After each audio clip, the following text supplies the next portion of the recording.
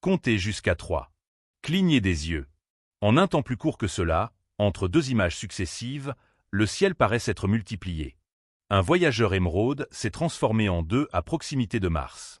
Et tous les instruments capables de pivoter à temps ont capturé l'image résiduelle d'un instant échappé à nos regards. Si cela ne vous secoue pas, les chiffres le feront. Tout a débuté par une tâche floue. L'installation transitoire de Ziki a balayé sa grille. Et à quelques arcs-secondes de la trajectoire prévue pour 3 Atlas. Un point faible surgissait là où il n'aurait pas dû. Une image isolée, c'est une erreur. 2. Une coïncidence. 3. Avec le même décalage et la même vitesse, cela défie l'ordre établi. Les analystes du MPC ont scruté les mesures astrométriques, recalculé les centroïdes, éliminé les pixels chauds et vérifié les horodatages.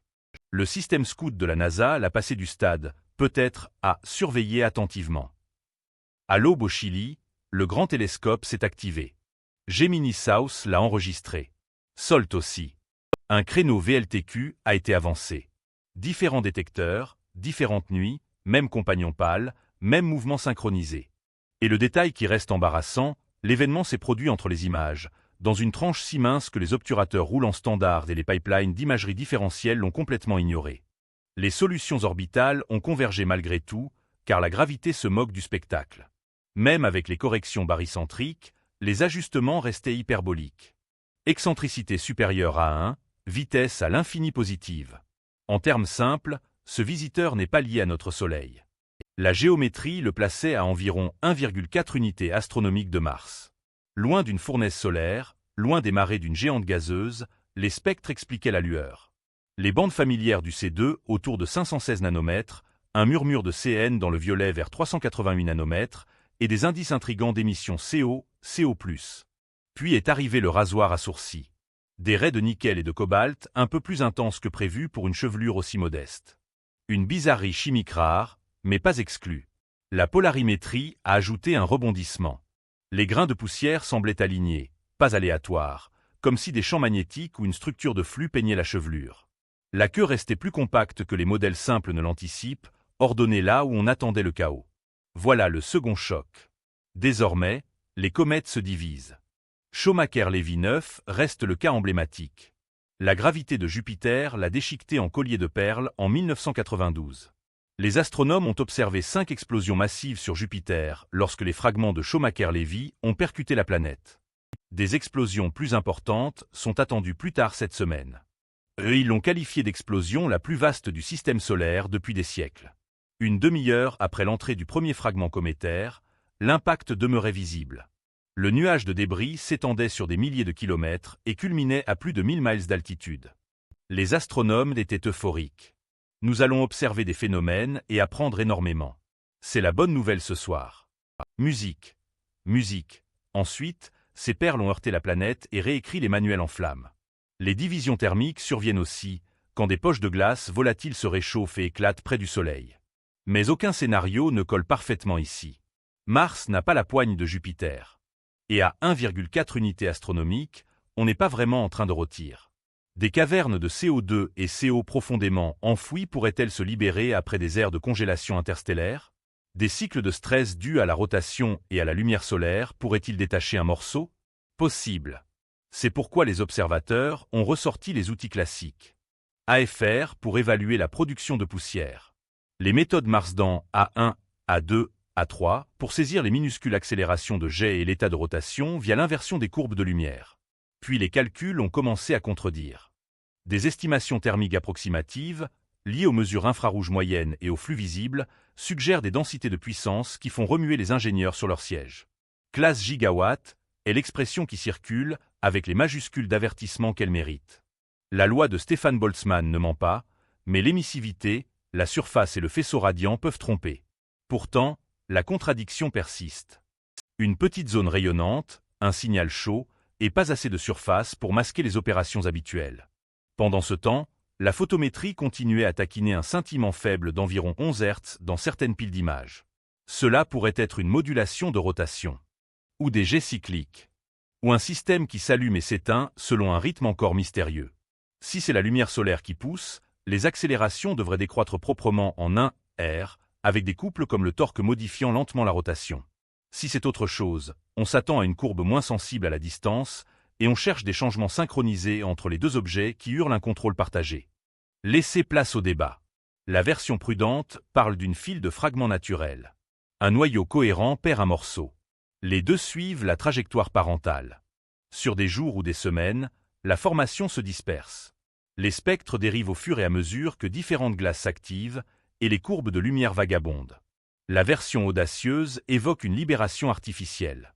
Un parent arrive, dépose un enfant calibré pour sonder le système interne, et la paire maintient sa position bien plus longtemps que des débris ne le devraient.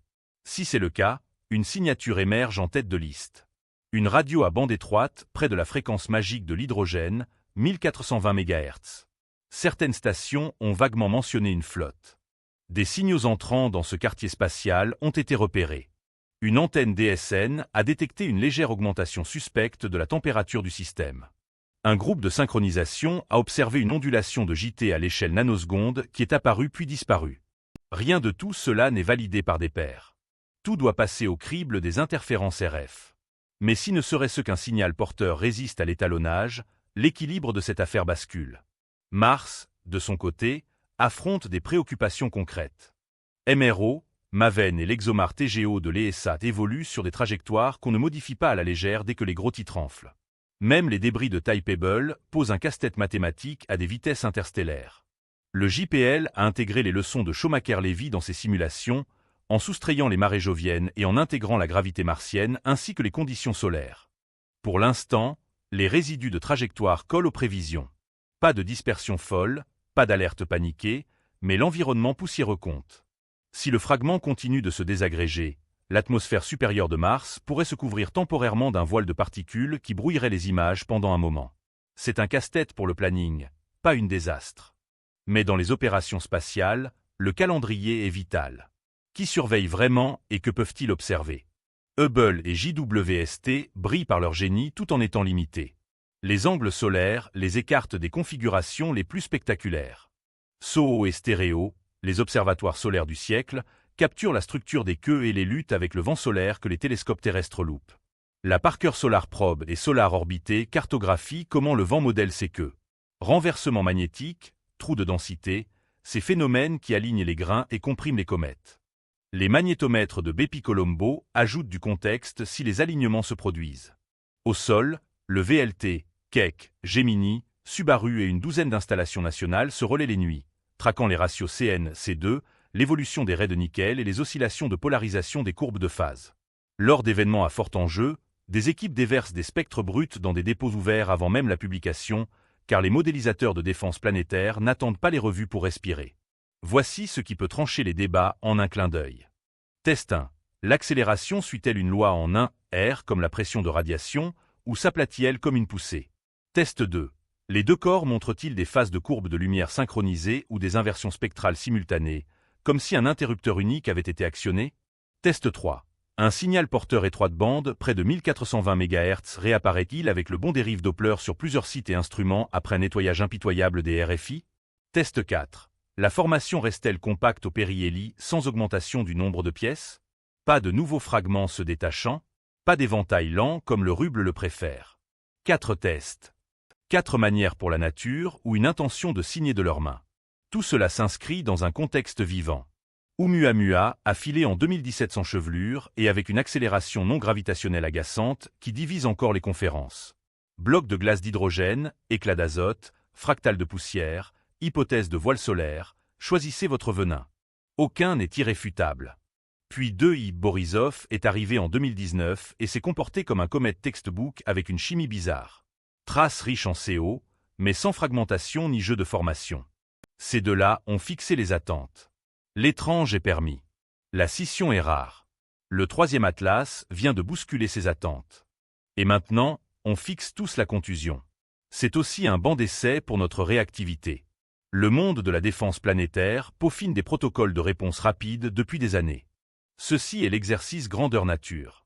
Les pipelines de partage de données qui goûtaient autrefois doivent maintenant déverser. Le code de probabilité d'impact doit absorber spectre, photométrie et proxy de poussière en quasi-temps réel, pas des semaines après. Les mémos politiques rattrapent enfin leur retard, en favorisant l'ouverture des astrométries et spectres pendant les fenêtres critiques, pour éviter qu'une équipe garde par erreur un élément clé. Si vous tenez à emmener des humains sur Mars en un seul morceau, c'est le devoir qu'on ne zappe pas. Et parce qu'on adore les défis corsés, la bande des intercepteurs s'est pointée aussi. Une plongée orbitale solaire allégée, avec un étage de poussée solide, pourrait catapulter une petite charge utile dans la chevelure plus vite que les budgets polissés. Déployer l'enveloppe et libérer un SM de CubeSat. L'un renifle les volatiles avec un spectromètre de masse. L'un lit la minéralogie des poussières. L'un cartographie les champs. L'un sonde les réflecteurs et diffuseurs passifs. Bouclier thermique, com et navigation en font un cauchemar, mais une petite bombe de vérité livrée de près vaut 1000 articles spéculatifs de loin. Même si ça rate cette fenêtre, le temps de conception est un acompte sur le prochain invité interstellaire. Alors, qu'est-ce qui est vraiment en jeu? Scénario A, une scission naturelle rare et malcommode d'un noyau à chimie interstellaire curieuse. Couche riche en CO, CO2, croûte métallisée et poussière s'alignant dans un vent solaire structuré, nous apprenons combien on ignore de la physique des matériaux froids profonds. Scénario B, un largage intentionnel qu'on intercepte par chance, avec maintien de position serrée, comportement synchronisé et peut-être un murmure près de 1420 MHz une fois les RFI nettoyés. Les deux scénarios exigent la même attitude immédiate. Mesurez tout, publiez vite et laissez les prédictions s'affronter au grand jour. Voici ce qu'il faut surveiller ensuite. Si vous voulez parier avant que les articles tombent, le courbe d'accélération. Prenez votre carnet et tracez en 1 sur R au carré. Si la réalité rechigne à la suivre, restez vigilant. L'angle de polarisation. Si les grains s'alignent obstinément à des phases qui défient les simulations de poussière, ce sont les champs qui dictent la danse. Les raies spectrales au nickel et cobalt. Si elles s'intensifient et s'atténuent à l'unisson sur les deux objets, cela évoque un mécanisme commun, chimique ou non, ce scintillement pulsant à 11 Hz. S'il persiste, se synchronise ou se propage d'un corps à l'autre, voilà une preuve irréfutable. Et si une onde porteuse étroite réapparaît avec des décalages Doppler en phase avec les orbites calculées, attendez-vous à un souffle suspendu planétaire. Pendant ce temps, le chrono est impitoyable. Le périhélie comprime l'échéance. Les vitesses grimpent en flèche. Les moindres imprécisions se muent en pièges acérés. Si le duo conserve sa cohésion lors du virage autour du Soleil, ce n'est pas le mode débris typique. S'il s'espace et dérive, c'est la dissociation classique observée 100 fois chez les fragments. Dans tous les cas, la prochaine salve de données ne fera pas de quartier. Le vent solaire est déchaîné ce cycle. Parker a repéré des inversions capables de nouer une queue en torsade. Pour de la physique en temps réel, on ne fait pas mieux. Donc, d'un seul objet à deux en un clin d'œil près de Mars, et l'univers n'a pas patienté pour nous. Le pari sur reste toujours. La nature surpasse nos modélisations en bizarrerie. Et je parie là-dessus sans hésiter. Mais la posture honnête consiste à laisser le firmament trancher. La lumière solaire dicte-t-elle l'accélération, ou une force invisible guide-t-elle la main? Les spectres dérivent-ils comme des glaces distinctes qui s'éveillent, ou s'articulent-ils d'un bloc comme si on avait basculé un commutateur? Percevons-nous le vide ou un signal fin à une fréquence millénaire? On ne résoudra pas cette énigme par un vote. On l'évaluera avec précision. Partagez votre analyse en bas. Une file de débris naturels bardés de glaces rares et d'un don pour les contretemps. Un largage intentionnel qu'on a surpris par hasard, ou deux nomades se frôlant pendant qu'on débat sous notre bulle atmosphérique. Abonnez-vous si vous voulez le bilan des pronostics dans la prochaine vidéo, car rien ne vaut un tel mystère autant que de le voir se ranger d'un côté en direct. Et gardez les yeux ouverts. La dernière fois qu'on a scié, le cosmos a réécrit les lois entre deux plans.